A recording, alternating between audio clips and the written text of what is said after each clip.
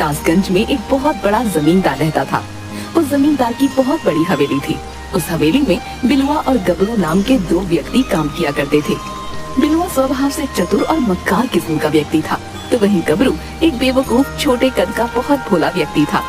बिलुआ जमींदार के कमरे की सफाई कर रहा था कि तभी जमींदार उसे आवाज लगाता है। अरे बिलुआ, ओ बिलुआ, अरे कहाँ मर गया रे? आवाज दे देकर मेरा तो गला ही सूख गया। जल्दी से मेरे लिए एक गिलास पानी लेकर आ। पता नहीं इस जमींदार को कितनी प्यास लगती है। इसे तो हर 10 मिनट बाद पानी चाहिए। एक नौकर तो ऐसे पानी देने वाला ही रख लेना चाहिए इसको। बिलुआ, कहाँ मर गया रे? जल्दी आ। जी मालिक, जी मालिक, बस अभी आया।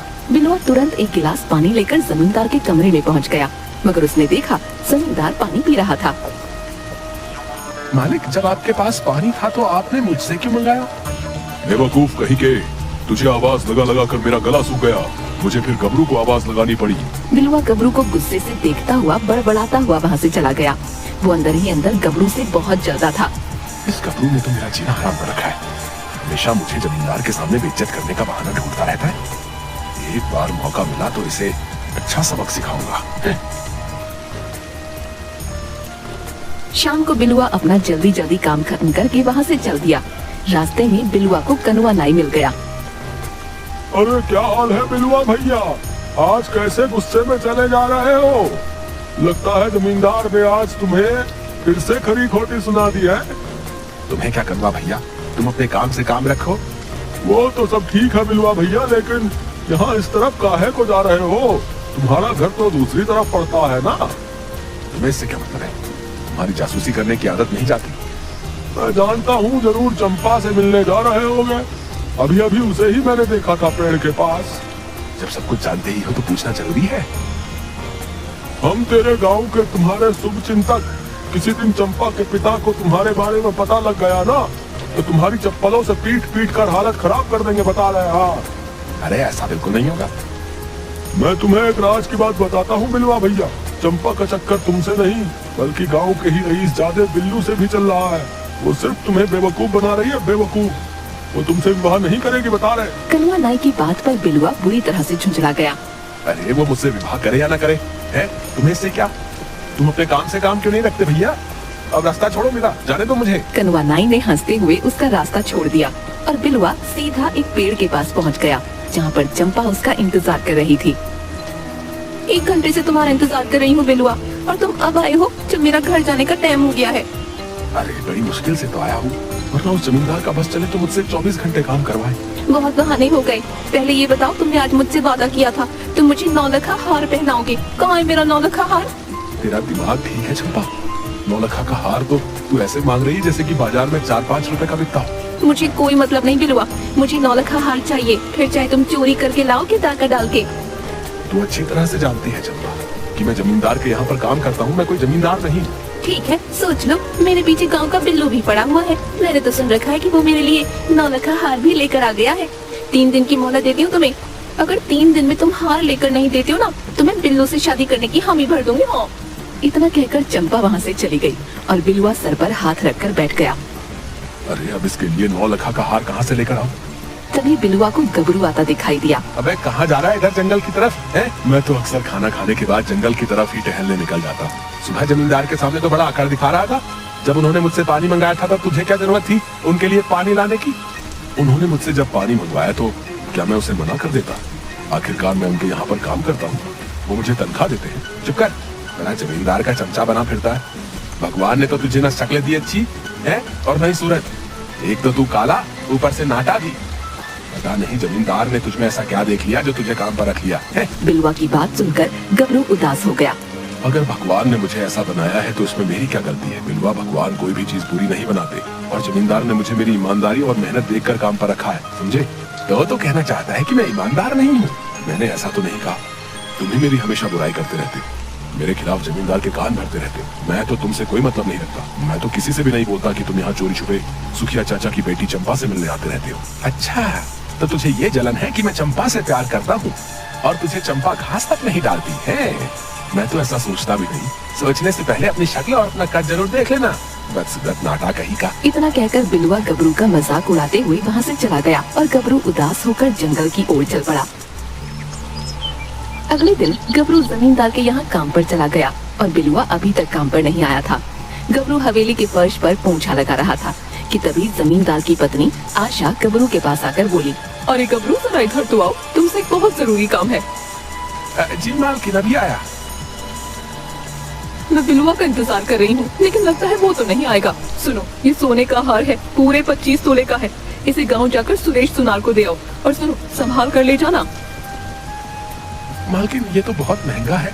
तुम्हें गिफ्ट नहीं कर रही हूँ, इस हार का कुंडल टूट गया है। मैंने सुरेश से बात कर ली है, उसको बोल दिया है कि तुम्हें भेज रही हूँ मैं इसी के साथ। इतना कहकर जमींदार की पत्नी वहाँ से चली गई और बिलुआ ये सब कुछ चुपके से देख रहा था। तभी जमींदार के चीखने की आवाजें आने लगी। बिलवा, बिलवा कहाँ मर गया तू? जल्दी से मेरे लिए एक गिलास पानी लेकर आ। मगर बिलुआ ने उसकी बात को अनसुना कर दिया, क्योंकि बिलुआ जानता था कि कुछ देर बाद जमींदार गबरू को आवाज लगाएगा और बिलुआ के दिमाग में कुछ और ही चल रहा था। अरे गबरू, ये बिलवा पता नहीं कहाँ मर गया, तू ही मेरे लिए एक गिलास पानी ले आ। जमींदार की आवाज सुनकर गबरू जैसे ही जमींदार की ओर कमरे में बढ़ा, तभी बिलुआ उसके सामने आ गया। अरे गबरू, तुम्हारे हाथ में क्या है गबरू? अच्छा हुआ तुम आ गए बिलवा भैया, मालकिन तुम्हारा ही इंतजार कर रही थी। मालकिन ने ये हार सुनार के यहाँ देने के लिए दिया था, लाओ इसे मैं दे आता। तुम जाकर तब तक जमींदार साहब को पानी दे आओ है। तुम इसे पकड़ो बिलवा भैया, मैं अभी 5 मिनट में आता हूँ। इतना कहकर गबरू जमींदार के कमरे की तरफ चला गया और बिलुआ के होठों पर मक्कारी की मुस्कुराहट आ गई। कुछ देर बाद जब गबरू वापस आया तो उसने देखा कि बिलुआ वहाँ पर नहीं था। गबरू को खड़ा देखकर आशा ने पूछा, तुम अभी तक यहीं हो? जी मालकिन, हार बिलवा भैया ले गए। तभी आशा को बिलुआ दरवाजे पर खाली हाथ दिखाई दिया। हार कहाँ है? कौन सा हार मालकिन, मैं तो अभी अभी आया। ये क्या बोल रहे हो बिलवा भैया, अभी अभी तो तुमने हार लिया था। पागल हो क्या है मालकिन, मैं तो अभी अभी आपके सामने ही आया हूँ। आशा बुरी तरह से चीखने लगी, अरे सुनते हो, बाहर आओ, तुम्हारा ये लड़ेता गबरू तो चोर निकला। आशा की बात सुनकर जमींदार बाहर आ गया। क्या हुआ, क्यों कुत्ते की तरह भौंक रही है? मैं कुत्ते की तरह भौंक रही हूँ, कुत्ता तो तुम्हारा ये लड़ेता है, पूरे 25 तोले का हार हड़प गया। मैंने कुछ नहीं किया मालिक, मैंने वो हार बिलवा भैया को दिया था। लेकिन मालिक मैं तो अभी अभी मालकिन के सामने आया हूँ, चाहे तो मालकिन से पूछ लो। बिलुआ सही कह रहा है। मक्कार नाटी, एक तो तुझे काम पर रखा, ऊपर से तूने मेरे ही घर चोरी कर ली। मेरी बात का यकीन कीजिए। तभी जमींदार ने अपने 4-5 गुंडे बुला लिए और उनकी ओर देखकर बोला, मारो इसको। उन सब ने गबरू को बुरी तरह से पीट डाला। ये देखकर बिलुआ बहुत खुश हो रहा था। कल तक 25 तोले का हार अगर मेरे पास नहीं आया तो तेरे घर वालों को धक्के देकर तेरे घर से बाहर निकाल दूंगा और तेरे घर पर कब्जा कर लूंगा। गबरू रोता हुआ चुपचाप जंगल की ओर चला गया। वो जंगल के तालाब किनारे बैठा रो रो कर अपने आप से बातें करने लगा। 25 तोले का हार मैं जमींदार को कहाँ से ला कर दूं? एक तो गाँव वाले वैसे भी मुझे बदसूरत और नाटा कहकर चढ़ाते हैं, ऊपर से कल जमींदार मेरे घर वालों को घर से बाहर निकाल देगा तो मैं क्या करूँ? मेरे जिंदा रहने का कोई हक नहीं है। इतना कहकर गबरू उस तालाब से छलांग लगाने ही वाला था कि तभी उस तालाब से एक धुआं उठा और एक बेहद भयानक चेहरे वाली चुड़ैल उसके सामने आ गई। चुड़ैल को देखकर गबरू बिल्कुल नहीं डरा। ये देखकर चुड़ैल को बड़ा आश्चर्य हुआ। ये तालाब मेरा है, मुझे देखकर अच्छे अच्छों की सिट्टी पिट्टी गुम हो जाती है, तुझे डर नहीं लग रहा? नहीं, क्योंकि तुमसे ज्यादा बदसूरत तो मैं हूँ, मुझे तुमसे डर क्यों लगेगा? किसने कहा कि तू मुझसे ज्यादा बदसूरत है? गाँव वालों ने। चुड़ैल अपनी आंखें बंद कर लेती है और अपने जादू के जोर से गबरू के साथ हुई घटना को देख लेती है। तो तू मरना चाहता है? हाँ, मेरे जीने का कोई मकसद नहीं। एक काम करो, तुम ही मुझे मार दो। नहीं, पहले इस तालाब में एक डुबकी लगा, डुबकी लगाने से ही तेरी मौत हो जाएगी। चुड़ैल की बात सुनकर गबरू दौड़ता हुआ तालाब में कूद जाता है, मगर जैसे ही डुबकी लगाकर अपना सर उठाता है वो देखता है कि वो लंबा हो चुका था और एक सुंदर युवक में परिवर्तित हो चुका था। अब उसके सामने कोई चुड़ैल नहीं बल्कि एक सुंदर स्त्री खड़ी थी। मैं तो एक सुंदर नौजवान में बदल गया और तुम तो एक चुड़ैल थी, ये सब क्या है? मैं एक परी हूँ, तुम्हारा साफ दिल देखकर मुझे तुम पर दया आ गई। ये तालाब जादुई है। इतना कहकर उस सुंदर स्त्री ने एक सोने का भरा कलश गबरू को दे दिया। ये तो पूरा सोने का भरा हुआ है, मैं इतने सोने से क्या करूँगा?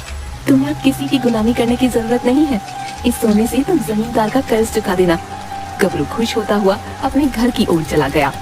अगले दिन वो जमींदार के पास जाकर 25 तोले के बराबर सोना उसे दे आया।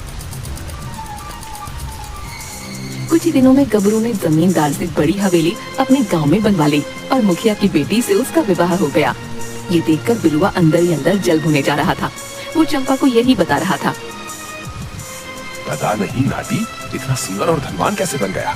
तुमने तो उसे चोरी के इल्जाम में फंसाकर बाहर निकलवा दिया था, मगर हवेली से बाहर निकलकर तो उसकी किस्मत चमक गई। अरे उसे मैंने तेरे लिए ही तो फंसाया था। तुझे ही तो 9 लाख का हार चाहिए था।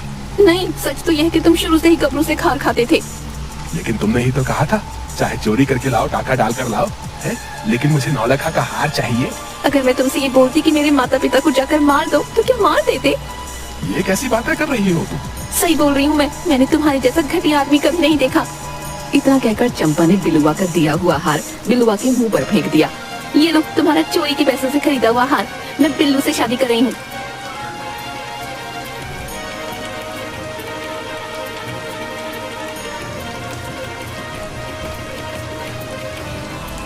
बिलुआ, तो वो तू है जिसने गबरू जैसे अच्छे इंसान पर गलत इल्जाम लगाकर उसे जलील करवाया। मुझे तुझसे ये उम्मीद नहीं थी। इतना कहकर जमींदार ने वो हार बिलुआ से छीन लिया और अपने आदमियों से बोला, देखते क्या हो, कुचल डालो इसे, मार मार कर भरता बना दो इसका। बिलुआ अपनी जान बचाने के लिए उसी जंगल की ओर भागा जिस जंगल में गबरू गया था। जमींदार के आदमी जंगल के बीच अचानक रुक गए। उनमें से एक आदमी बोला, अरे इसके आगे जाना बेकार है, इसके आगे कोई नहीं जाता। कहते हैं कि यहाँ पर एक चुड़ैल का राज है। सभी लोग वापस चल दिए और बिलुआ दौड़ता हुआ उसी तालाब के पास चला गया। तभी तालाब के पास जाते ही एक काला धुआं उठा। उसमें से एक भयानक शक्ल वाली चुड़ैल निकलकर बाहर आ गई। मेरे तालाब के पास तू क्या कर रहा है? बिलुआ चुड़ैल को देखकर पूरी तरह से घबरा गया। चुड़ैल ने अपनी आंखें बंद करके बिलुआ के बारे में सब कुछ जान लिया। अचानक वो सुंदर स्त्री के रूप में परिवर्तित हो गई। ये देखकर बिलुआ बहुत हैरान रह गया। कौन है आप? कुछ समय पहले तुम्हारा दोस्त गबरू यहाँ आया था और इस तालाब में डुबकी लगाकर सुंदर युवक और बेहद अमीर हो गया। अच्छा, तो उसका मतलब उसके सुंदर और अमीर होने का ये राज है। अगर मैं भी इस तालाब में डुबकी लगाऊं, तो क्या मैं भी अमीर और सुंदर हो जाऊंगा? अगर तेरे दिल में किसी के प्रति कोई मैल और कपट नहीं होगा तो वाकई उसके जैसा हो जाएगा। मगर याद रखना, अगर तू कपटी हुआ तो इसका उल्टा होगा। मेरे दिल में किसी के लिए कोई बैर और कपट नहीं है। इतना कहकर बिलुआ ने उस तालाब में कूद लगा दी। मगर जैसे ही उसने तालाब में डुबकी लगाई और अपना सर ऊपर उठाया, उसने देखा कि उसके पूरे शरीर में जानवरों जैसे बाल निकल आए। ये मुझे क्या हो गया? मैं तो बदसूरत हो गया। दरअसल इस तालाब के अंदर एक खासियत है बिलुआ। मनुष्य जो अंदर से होता है, ये तालाब उसके शरीर को वैसा ही बना देता है। गबरू का दिल बेहद अच्छा और साफ सुथरा था, इसलिए उसका शरीर भी सुंदर हो गया। मगर तेरा दिल दूसरों के लिए कपट और मैल से भरा है, इसलिए तेरा शरीर भी ऐसा ही हो गया। मुझे माफ कर दो, मुझे पहले जैसा ही कर दो। अब ऐसा मुमकिन नहीं बिलुआ, अब तो सारी जिंदगी ऐसे ही